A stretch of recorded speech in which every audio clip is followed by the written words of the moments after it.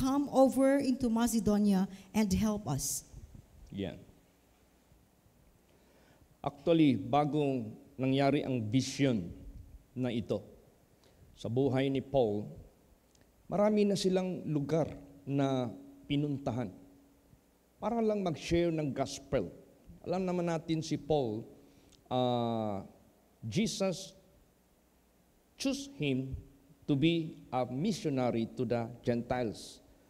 So, most of the time sa buhay ni Paul was outside of the Jewish people. Labas sa Israel. Doon siya pinalabas.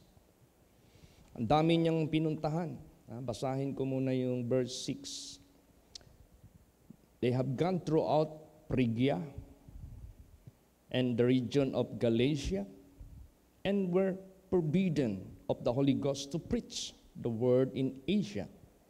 Hindi sila binigyan ng signal go to preach on those places. After they were come to Mysia, they essayed to go into Bithynia. But the Spirit suffered them not. Hindi pa rin. See? So, ang Diyos, dahil siya ang nagbibigay sa kanila ng order where to preach sa mundong ito, sila, sunod lang sila sa gabay ng ating Panginoong Hesukristo through the Holy Spirit. And they passing by Mysia came down to Troas. Itong mga lugar na ito, sa modern ngayon na lugar, this is Turkey at this time. Turkey. During nasa Troas sila, doon na yung vision. Ito na. And a vision appeared to Paul in the night. There stood a man of Macedonia and prayed him, saying, "Come over into Macedonia and help us." After they were forbidden to preach to many places where they came, dito na nagbigay ang Diyos ng instruction. Ngayon, kung tuusin natin, Macedonia is far from Troas or Turkey. Macedonia, that is part of Greece. Sa modern ngayon, ha? Troas to Macedonia, that is almost 1,569, more or less, kilometers. Parang Davao, Manila. Davao, Manila, kung ibaylan mo yan, 1,500. Less than, hindi mag-abot ng more than. Malayo. Ano man lang yung transportation noon? More on sailing. Kung nasa baylan sila, maybe kalesa. Wala pa namang mga sasakyan noon. Ang layo, no? Isipin mo, from Troas to Macedonia, sa ilang araw yan, magbarko nga tayo Davao to Manila, 3 days. Ito pa kaya. So, anong nangyari ngayon? Basa, anong reaction kaagad ni Paul sa vision? Basa, verse 10. Praise the Lord. And after he had seen the vision, immediately we endeavored to go into Macedonia, assuredly gathering that the Lord had called us for to preach the gospel unto them. Ayan. So, immediately, we endeavored to go into Macedonia, assuredly gathering that the Lord had called us to preach the gospel unto them. Kaya, ganun din sa buhay natin. No? Saan man pinadala ang ating Pastor Samuel Gabre by our Lord Jesus Christ, he was led by the Holy Spirit at nagkaroon ito ng chain reaction hanggang naabutan natin tayo ngayon ang gumaganap na ngayon. In His place, by the guidance of our Lord Jesus Christ. So importante talaga yung prayer. Because why Jesus gave vision to Paul? Because Paul keep on praying.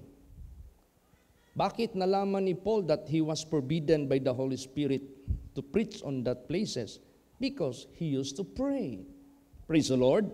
So, ganun din sa buhay natin. We need to pray and pray and pray. Kaya sa akin, itong future namin na visitation sa Canada, ang prayer ko, Lord Jesus, what you want me to do in Canada, visitation, where you want me to visit. I used to ask that Jesus Christ. Ganun din sa buhay ni Paul. Immediately, pumunta sila. So, anong meron doon? Basahin natin. Acts 16:11 hanggang 15. Praise the Lord. Therefore, loosing from Troas, we came with a straight course to Samothracia, and the next day to Neapolis, and from thence to Philippi, which is the chief city of the part of Macedonia, and a colony, and we were in that city abiding certain days. And on the Sabbath, we went out of the city by a river side, where prayer was wont to be made, and we sat down and spake unto the women which resorted thither. And a certain woman named Lydia, a seller of a purple of the city of Thyatira, which worshiped God, heard us, whose heart the Lord opened, that she attended unto the things which were spoken of Paul. And when she was baptized, and her household, she besought us, saying, If ye have judged me to be faithful to the Lord, come into my house and abide there. And she constrained us. Ayan. Praise the Lord. Hindi basta-basta maghanap ng kaluluwa. You should be guided by the Holy Spirit. Ito pala si Lydia, ang nakita ng ating Panginoong Hesukristo na humahanap din sa Diyos. So, gimit sila ng servant of God. O, tingnan mo anong nangyari. She was baptized together with his family. At hinimok pa ni Lydia si Paul na manatili kayo dito for many days. Uhaw na uhaw sila sa salita ng Diyos. At dami nilang naranasan sa lugar na ito, itong Greece na ito. Dami silang napuntahan na lugar, dami silang na-experience. Na yung inawit natin kanina, Wonderful, Wonderful Jesus, nakita natin yung mga wonderful works.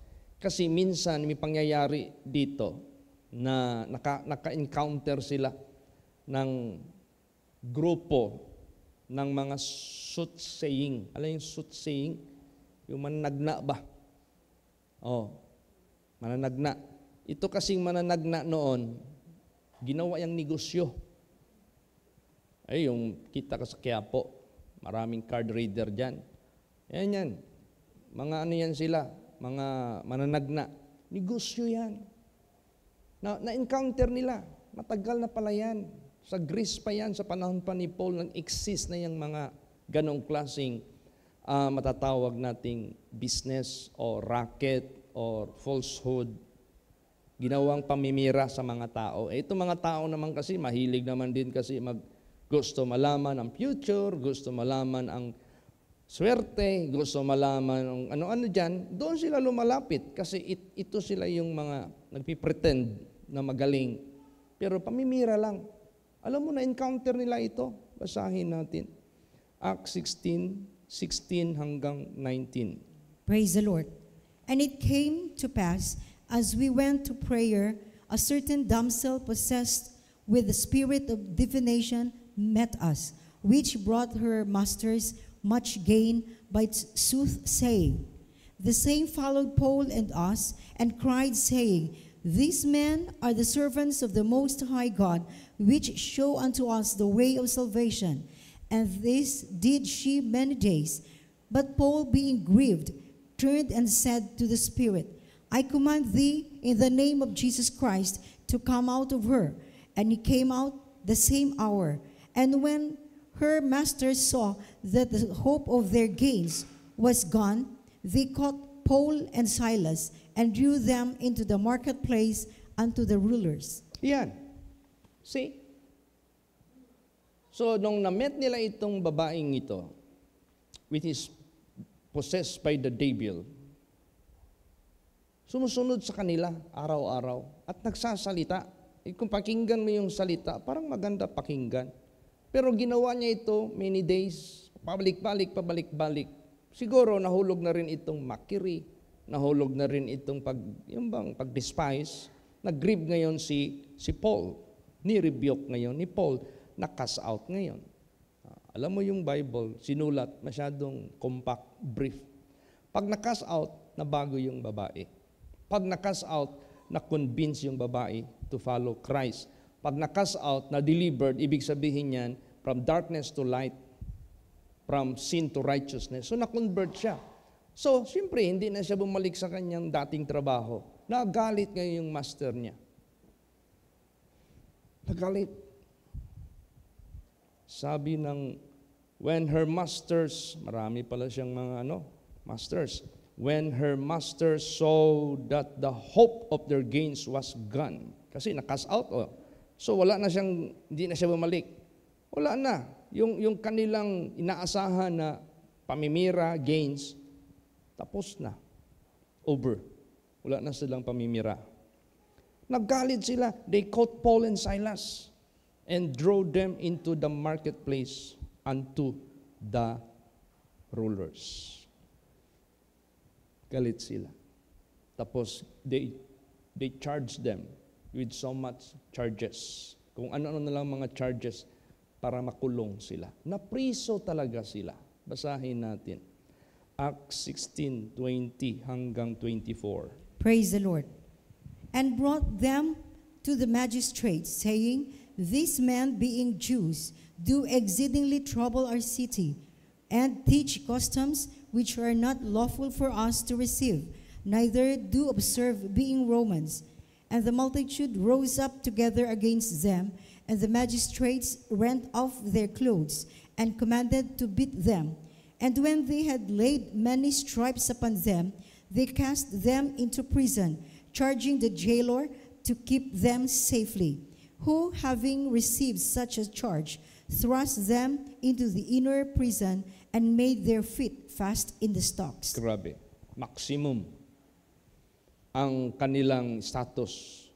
Sa prisuhan, I used to visit prison cells or places. Minsan ni-introduce sa akin, Pastor, yung ganong kulay na uniform, maximum yan sila. Ito naman sila minimum. Ang ibig sabihin ng maximum, they are being put into the place na talagang hindi sila makatakas. Ay ito, maximum. Nilagay sila doon sa inner. At pati yung paa nila, nilagyan talaga ng mga tinatawag na talikala.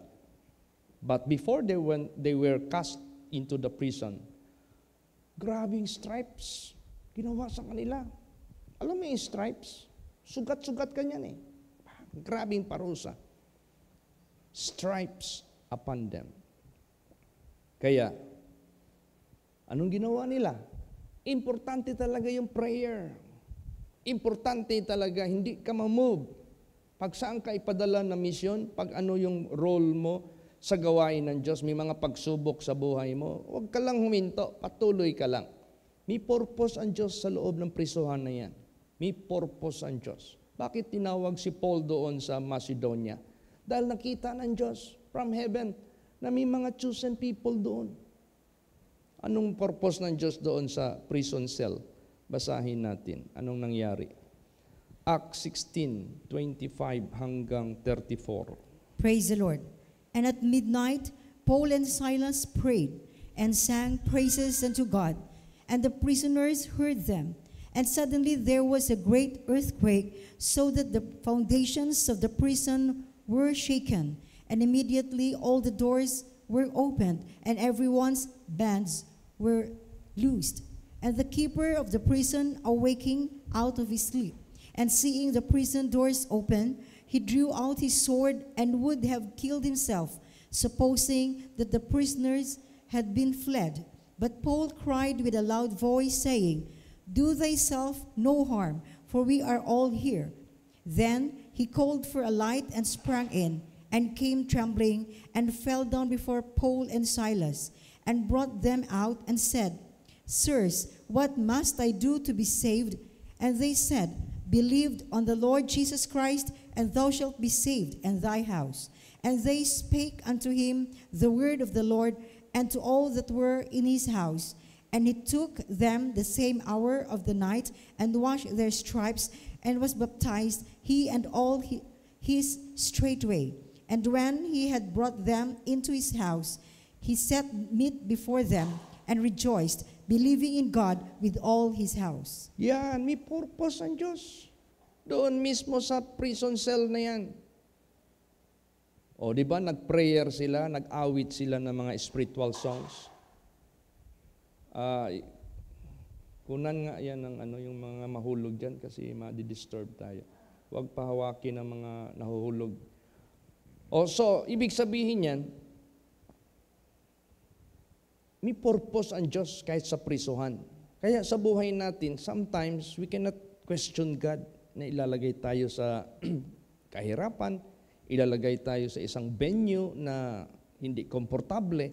Sige lang, tuloy ka lang, prayerful ka lang, watchful ka lang, patuloy ka lang mag-worship sa Diyos. Praise the Lord.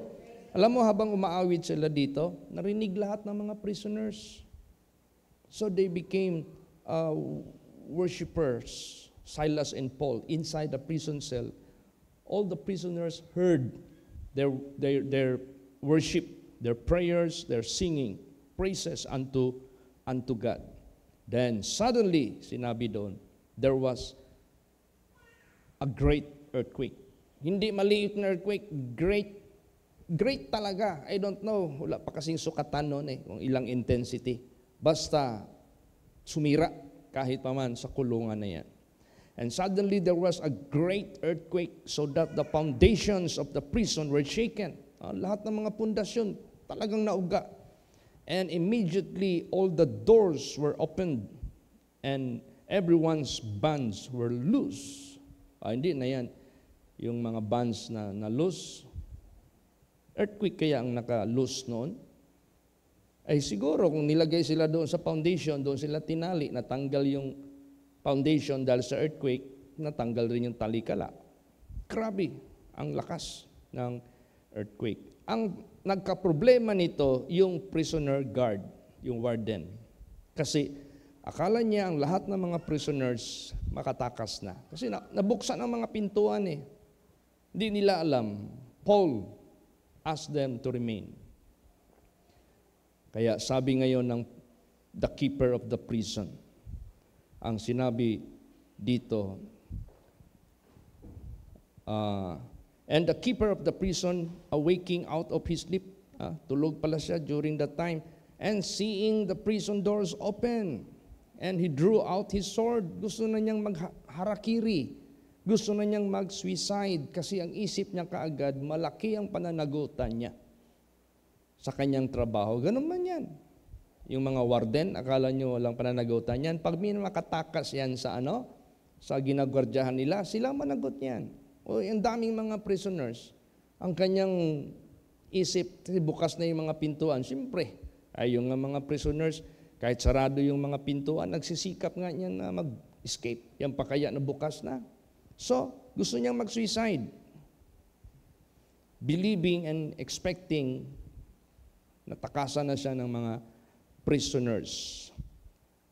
Then, sinabi dito, and would have killed himself, supposing that the prisoners had been fled. Akala niya nakalayas na. But Paul cried with a loud voice, saying, "Do thyself no harm, we are all here." Nandito kami lahat. Huwag kang mabahala. Tingnan mo.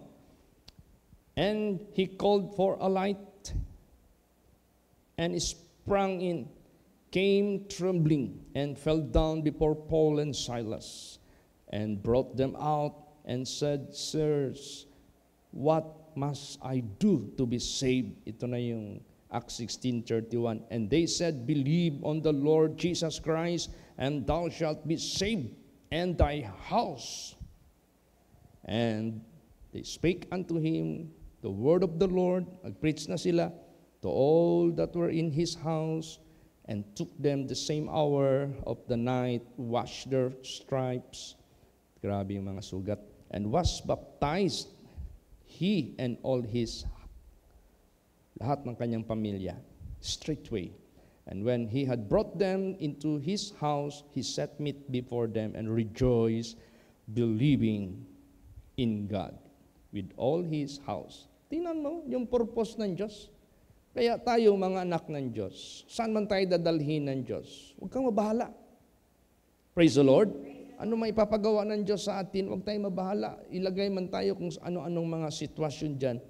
Just pray and pray. And God will guide us. God will lead us. Ililid tayo ng ating Panginoong Diyos. So, naligtas na si Lydia. Naligtas na yung household ni Lydia. Naligtas na yung prisoner guard and his household. Nadagdagan na naman. Rumami lalo ang nasave. Basahin natin yan. Doon naman ito nangyari sa Berea. Basa. Acts 17:10 hanggang 12. Praise the Lord.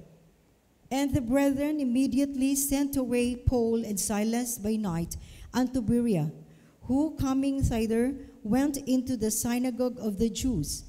These were more noble than those in Thessalonica, in that they received the word with all readiness of mind, and searched the scriptures daily, whether those things were so.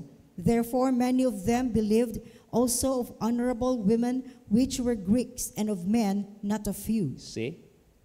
Rumami na. Nag-increase na. So tingnan natin yung mission nila. Dumaan talaga sila ng rejection.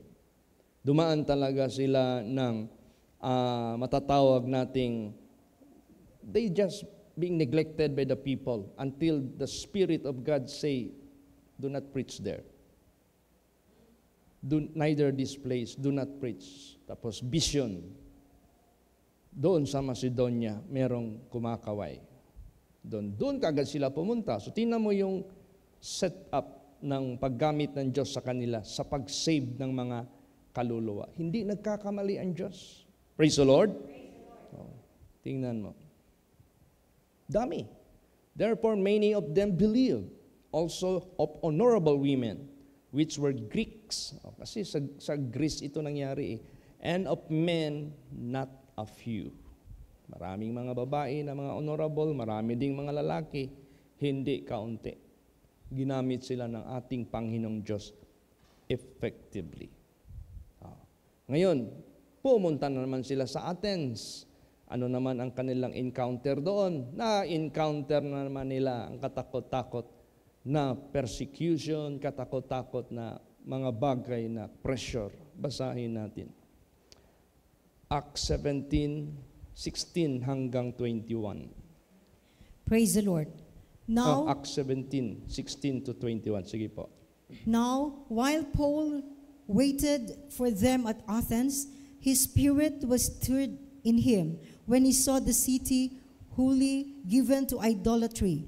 Therefore, disputed he in the synagogue with the Jews and with the devout persons, and in the market daily with them that met with him.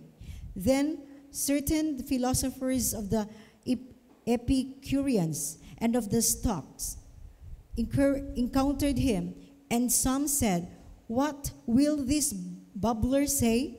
Others, some, he seemeth to be a setter forth of strange gods, because he preached unto them Jesus and the resurrection. And they took him and brought him unto Areopagus, saying, May we know what this new doctrine whereof thou speakest is? For thou bringest certain strange things to our ears, we would know.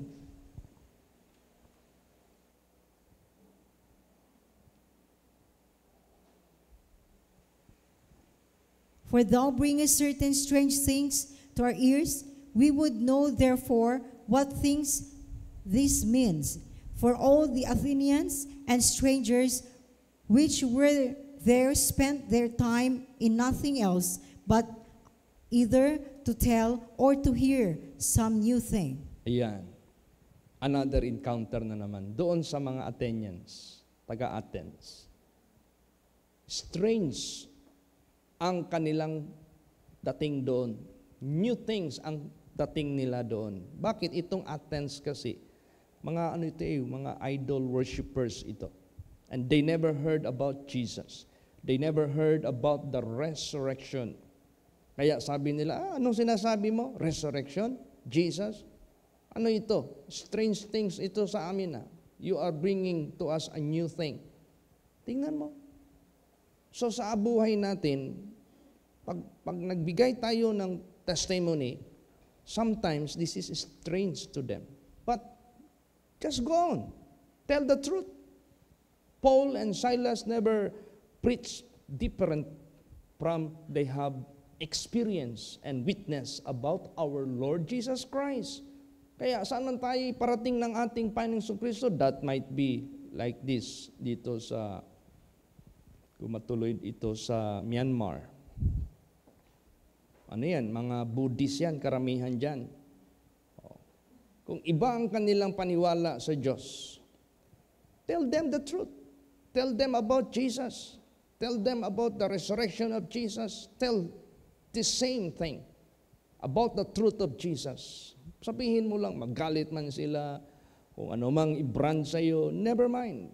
Kikilos yung kapangyarihan ng ating Panginoong Hesus Kristo. So, iniwan nila yung Athens.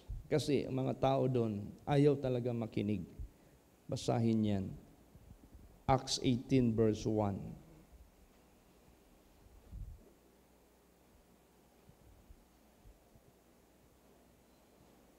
Praise the Lord. After these things, Paul departed from Athens and came to Corinth. See, so makita mo, hindi ibig sabihin you went somewhere and walang nagtanggap, unsuccessful yung gawain. Defeat? No. Ganun talaga yan. Si pastor noon, alam ni Sister Emma yan, yung ugbo, hindi yung nagtanggap. Manay, nako, halos walang magtanggap doon. Ako rin, magpunta ako ng Buddha. No? Nilangaw kami doon. Yun lang, kung sino yung nandoon na pumunta, sabi ko, ma'am, punta na lang tayo sa bahay ninyo, doon na lang tayo mag-prayer. May mga ganun talaga na experience. Praise the Lord. Pero wag tayong mabahala. Normal lang yan sa mga alagad ng Diyos kung saan pinapadala. So they departed from Athens, they went to Corinth. So ano meron doon sa Corinth? Basahin natin. Acts 18, 7 hanggang 8. Praise the Lord. And he departed thence and entered into a certain man's house named Justus, one that worshipped God, whose house joined hard to the synagogue. And Crispus, the chief ruler of the synagogue, believed on the Lord with all his house, and many of the Corinthians hearing believed and were baptized. Ayan, doon na naman sa Corinth, dami naman nakinig, dami naman naniwala, dami naman naligtas. And that is the reason why there is a book of Corinthians. Kasi na-build up sila nagpatuloy sila, na-establish sila. Kasi pahayag na yan ng Diyos sa kanila na mag-suffer talaga kayo ng mga suffering sa inyong pag-share ng gospel. Basahin natin yan. Acts 18, 9 and 10. Praise the Lord. Then spake the Lord to Paul in the night by a vision. Be not afraid, but speak and hold not thy peace. For I am with thee, and no man shall set on thee to hurt thee, for I have much people in this city. Yan. See? Saan yan? Sa Corinth. Maraming mga chosen people of God. Walang magsakit sa iyo dito. Mamahalid ka ng mga tao dito. Amen? Praise the Lord. That is why there are also places na mapupuntahan ng mga anak ng Diyos, na mga alagad ng Diyos, na mahal sila. Palangga kayo sila. Pastor Samuel Gabriel went to Madsayap, lalot na-develop na. Mahal na mahal. Saan pa? Sa Manila, na-establish yan. Marbel, kung saan pa yung mga Tugigaraw, Mindoro, yan yung mga places na napuntahan ni Pastor. Kami ni Pastor Tam na mga senior missionaries, ang punta kami, madama namin yung pagmamahal ng mga tao sa salita ng Diyos. Kaya itong Corinth, grabe yung dyan, pagtanggap nila sa salita ng Diyos. Kaya i-pray natin ngayong gabing ito. Saan tayo i-lead ng Diyos? Kahit meron na tayong mga 60 over churches, we never stop, we never cease. Kahit meron na tayong mga overseas congregation, we never stop exploring by the leading of the Holy Spirit. Praise the Lord. Ilang araw o buwan si Paul nanatili sa Corinth. Kaya pala ang Corinth na establish. Basa, last verse, Acts 18:11. Praise the Lord. And he continued there a year and 6 months, teaching the word of God among them. 1 year and a half. Continuous yan. Doon sa Corinth, na-establish talaga sila. Kaya, sometimes, kami ng mga pastors, kung saan kami ipadala ng Diyos, we can never say, makabalik ka agad kami. Depende lang. Sa lugar, lalo na kung lugar na pioneering, mga matatawag nating panimulain, depende na yan. Amen? Praise the Lord. Mabuti nga ngayon, kami ng mga pastors ni Pastor Tam, pag meron kaming mga openings na mga places na magtanggap ng salita ng Diyos, meron kaming mabubunot na mga workers, na mga pastors na kasama namin to continue for the pioneering works. Kaya, let's pray tonight for the Macedonian call where God will lead us. Surely, 100% kung saan tayo papadala ng Diyos. So, ang mga kumakaway na nag-i-invite, Myanmar, India, part of India, tsaka itong Australia. Let's pray. I-pray pa natin ito. Saan tayo ililid ng ating Panginoong Diyos. Amen? Praise the Lord. Ngayon, kung may mga personal kayong mga pangangailangan, huwag kayong matakot. God is so wonderful. Hindi niya tayo magpakailan pa man tatalikdan. Hindi mapuputol yung tulong ng Diyos. Hindi mapuputol yung katagumpayan. Pangako niya yan. God will cause us to triumph always. Praise the Lord. Kaya pray tayo where God will lead us to share the gospel of God. Siya lang nakakaalam nito. Amen. Praise the Lord. Magsitayo.